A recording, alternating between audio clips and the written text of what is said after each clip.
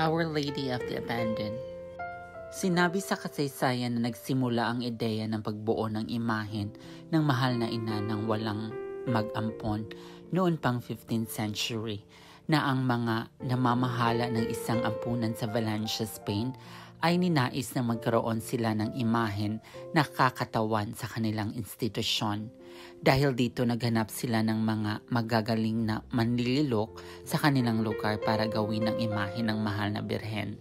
Sa di inaasahan pagkakataon ay may 3 binatang dayuhan na kumatok sa kanilang bahay ampunan para makituloy. Pero dahil sa walang kahit anong maibibigay, ang 3 binatang ito kapalit ang pagkupkup sa kanila sa ampunan, inaalok na lamang nila ang kanilang kasanayan sa paglililok para gawin ang imahe ng birhen. At nang pumayag ang mga namamahala ng ampunan sa alok ng mga binata, pumasok ang 3 sa isang silid na may dalang pagkain na sasapat sa ilang araw at mga gamit sa paggawa ng imahen. Nang dumating ang pang-4 na araw, ang mga tao sa ampunan ay may narinig na matamis at makalangit na tinig na nag-aawitan galing sa loob ng silid kung saan gumagawa ang 3 binata. Dahil sa pagkamangha ng mga nakarinig ay makailang beses nilang kinatok ang pinto ng silid ngunit walang sumasagot. Dahil dito ay pinewersa na nilang buksan ang pinto at nagulat sila sa kanilang nakita. Naroroon ang pagkain na halos hindi pa nagalaw pero wala ng 3 mahiwagang manggagawa.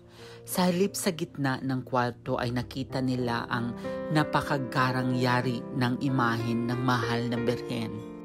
Taglay nito ang katangian ng kamahalan at proteksyon na siya namang tugmang-tugma sa kaniyang pangalang mahal na ina ng walang mag-ampon. Dahil sa pagkamangha ng mga nakakita at sa paniniwalang ang 3 binatang lalaki ay tunay na mga anghel, sila ay nagsiluhod at nanalangin sa imahen ng mahal na ina. Noong una, ang pangalang ibinigay sa mahal na ina ay tumutukoy lamang sa mga inabandonadong mga bata, pero di naglaon ay siya na rin ang naging ina ng lahat ng inabandona. Maging sila ay mga bata o matanda, at dahil na rin sa napakadaming naitalang paghihimala ng mahal na birhen sa pamamagitan ng imahe ng ina ng walang mag-ampon at sa popularidad ng debosyon para sa kanya, naging patrona ito ng Valencia noong 1885 at inuluklok sa isang dambana na naging basilika sa kanyang pangalan at ang Basilica of Our Lady of the Abandoned. Mahal na ina ng walang mag-ampon.